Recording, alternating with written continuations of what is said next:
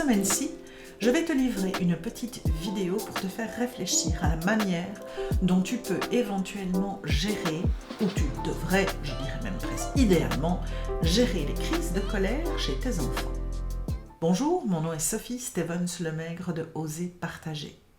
Je suis passionnée par la communication et les outils qui existent pour pouvoir comprendre quand et comment elle fonctionne, quand elle est impossible, quand choisir de s'exprimer en sachant qu'on sera entendu pour pouvoir te permettre d'améliorer toutes les relations que tu as autour de toi, quel que soit le cadre dans lequel elles se passent. Et aujourd'hui, je vais te livrer une phrase que j'ai entendue lorsque j'écoutais un programme où était interviewé un médecin américain spécialisé dans le cerveau. C'est une éminence au niveau du cerveau. Et à travers tout l'interview, il y a un moment où il a expliqué deux choses essentielles qui sont liées au conditionnement de ton cerveau et la manière dont tu peux transmettre quelque chose pour te préparer à gérer les situations ou préparer les autres aussi face aux nombreuses circonstances dans lesquelles on vit. Alors, la première vidéo a traité de ce sujet très particulier qui est que tu es traité de certaines manières par certaines personnes parce que tu as toléré qu'ils le fassent jusque maintenant. Et dans cette vidéo, je te livre des moyens pour pouvoir réfléchir à cela et comment trouver une solution pour arrêter cela. Lorsqu'il était en train d'expliquer cela, il a lié les deux phrases.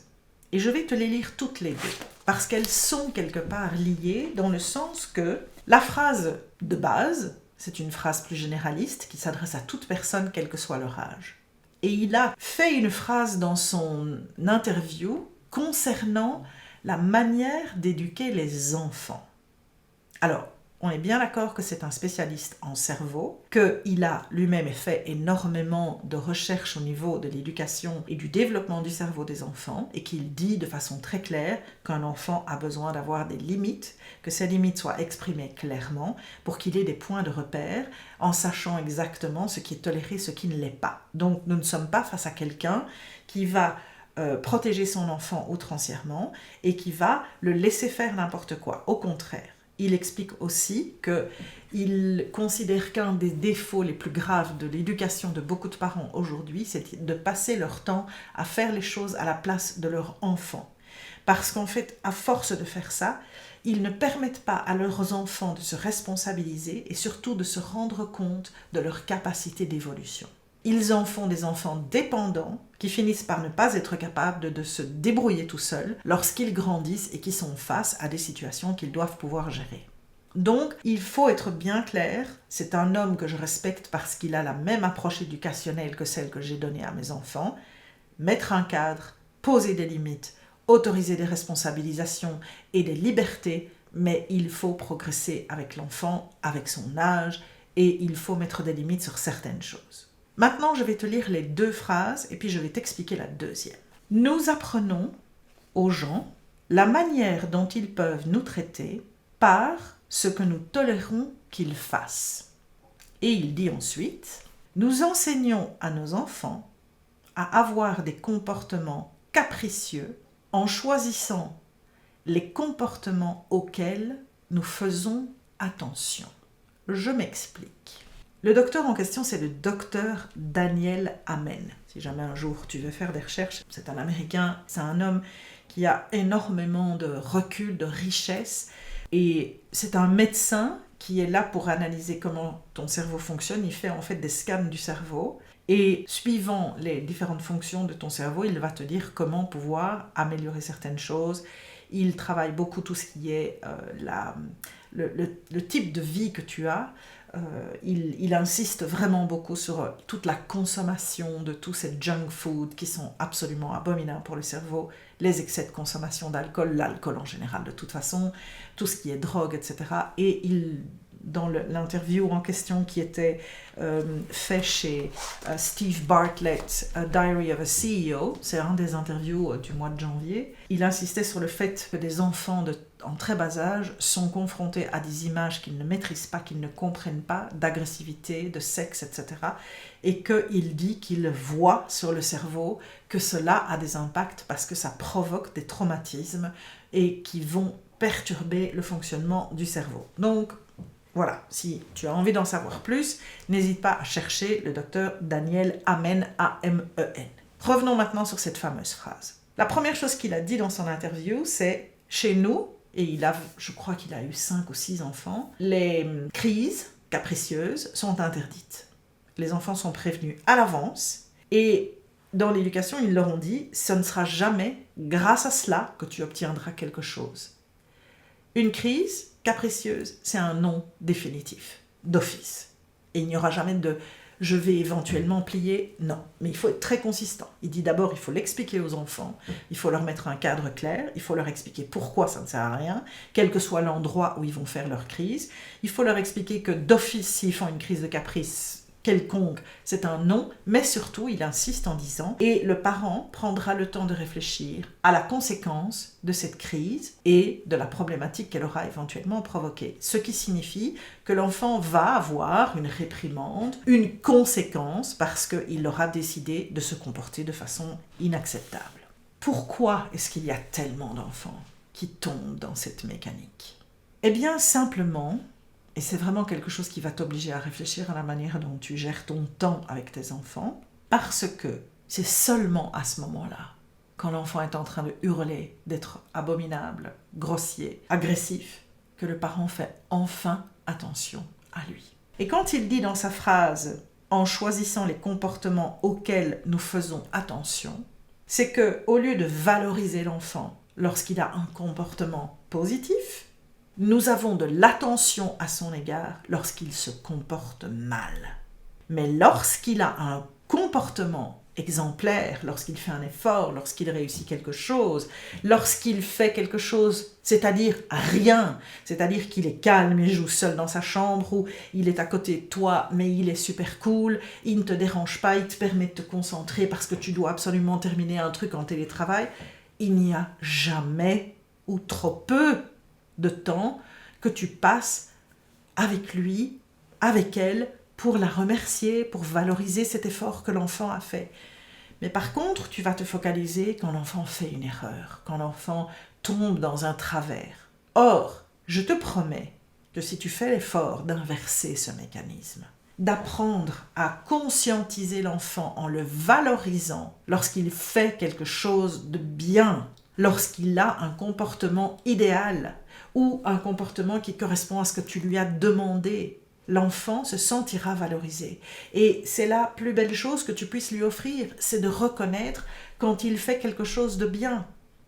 Donc, plutôt que de l'inciter à faire quelque chose de bien en valorisant le positif dans son comportement, tu te concentres sur lui uniquement quand il se met à gueuler et se comporter comme un monstre. Et puis tu t'étonnes que les crises de caprice sont son refuge pour obtenir ce qu'il veut. Parce que le drame dans l'histoire, c'est que tu as honte de ce comportement, surtout quand il se fait en public, et parce que tu as honte du fait qu'il se fait en public, tu vas lâcher prise et tu vas accepter le caprice pour le faire taire. Tu perds dans tous les sens quand tu fais ça. Tu donnes comme indication à ton enfant que quand il pique une colère, il obtient ce qu'il veut. Tu donnes à ton enfant une indication que quand il pique une colère, tu t'occupes enfin de lui. Alors peut-être que c'est parce que tu es fâché, mais tu t'occupes quand même de lui. Et en plus de ça, non content du fait que tu t'occupes de lui ou d'elle, elle obtient ce qu'elle veut absolument avoir. T'as pas l'impression qu'il y a quelque chose qui déconne là dans le truc?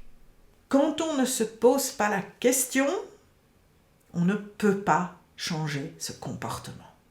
Il y a des cas d'exception, des moments où effectivement tes enfants craquent, épuisés nerveusement, parce qu'ils viennent de vivre une expérience qui était une première, et parce qu'effectivement, ça peut arriver. C'est pas un caprice, C'est juste ton enfant qui a besoin de relâcher la pression et qui a besoin de l'exprimer. Et malheureusement, chez certains enfants, l'expression de cette colère peut parfois être des pleurs assez bruyants, voire une crise de colère. Dans certaines circonstances, tu peux les accepter parce qu'elles ont une raison d'être. Mais si tu laisses à ton enfant, par ton comportement, le fait de penser que parce qu'il pique une crise, il obtient ce qu'il veut, ne t'étonne pas qu'il continue à faire des crises à n'en plus finir. Par contre, si tu apprends à valoriser ton enfant, lorsqu'il fait des choses et qu'il se comporte de façon idéale, ne te limite pas à simplement le raconter aux gens autour de toi. Félicite ton enfant. Encourage-le à continuer parce que c'est vraiment ça le plus important. Et je vais te remettre le lien sur la vidéo du Fix et Growth Mindset, l'état d'esprit de croissance et l'état d'esprit fixe, parce que c'est une des bases essentielles dans le comportement que tu peux avoir pour encourager ton enfant. C'est de valoriser ce qu'il fait de positif et de l'encourager à continuer. Jamais de lui dire que ce qu'il fait est parfait, parce que ça ne l'est pas. C'est toujours à améliorer, parce que nous sommes tous dans un processus où nous améliorons quelque part notre comportement tout au long de notre vie. J'espère que ça va un petit peu te faire réfléchir. Si tu as la chance de voir cette vidéo et que tu es enceinte, je t'en prie, prends le temps d'aller faire des recherches nécessaires sur la manière dont l'éducation peut être donnée le plus positivement possible. Et je te rappelle encore et toujours que pour moi, il y a un livre à lire quand on est enceinte. C'est un livre qui n'est pas récent mais qui est extraordinaire. C'est « Parents efficaces » de Thomas Gordon, qui est un livre qui t'explique comment créer une éducation basée sur le respect de tous les membres de la famille, dans laquelle l'enfant a des droits, a des devoirs quelque part aussi, mais il a la possibilité de grandir, de se découvrir, de découvrir ses capacités en étant accompagné par ses parents qui progressent en même temps que lui dans cette éducation que chaque parent découvre, puisqu'il n'y a pas de manuel sur l'éducation. Et les bases que Thomas Gordon te donne en communication, en relationnel et pour pouvoir créer une éducation équilibrée tant pour toi que pour ton enfant valent vraiment la peine d'être envisagées si tu dois, toi, chercher une éducation. Parce que croire que laisser tout faire à son enfant est la solution est une énorme erreur. J'espère que cette vidéo va te faire réfléchir. J'espère qu'elle te permettra aussi de changer certains mécanismes que tu as laissés se mettre en place parce que tu n'y as pas réfléchi. Et il n'y a pas de critique ici. Je veux dire, tout le monde est tombé dans ce travers, moi aussi. J'apprends toujours, je continue à essayer de comprendre comment améliorer ces mécanismes. Je peux attester du principe qui veut que lorsqu'on ne plie pas quand un enfant fait un caprice, eh bien à ce moment-là, on assure que ce type de comportement ne se répète pas. Mais pour pouvoir aller un petit peu plus loin dans la démarche, ce n'est pas simplement de ne pas le faire, c'est de mettre un cadre pour que l'enfant soit bien prévenu de ce qu'il ne peut pas faire, des conséquences s'il a un tel comportement, du fait qu'à aucun moment il n'obtiendra ce qu'il veut, donc il y aura toujours un non lié à la crise de caprice, et espérer qu'ensemble, vous puissiez trouver des nouvelles bases, parce que en faisant ce que tu fais là et en mettant ce cadre par rapport à la crise et au caprice, il faut que tu poses aussi ton cadre et que tu questionnes peut-être ton comportement pour favoriser tout ce qu'il y a de positif que ton enfant fait et refera de plus en plus chaque jour, plus tu l'encourageras à pouvoir se développer dans ce sens. J'espère que ça t'aidera à réfléchir, à changer peut-être des mécanismes que vous avez en place dans la famille, parce que finalement, le changement peut être appliqué à n'importe quel moment. Tu peux redéfinir le cadre et le réexpliquer à ton enfant, mais explique-lui, sois claire, sois précise.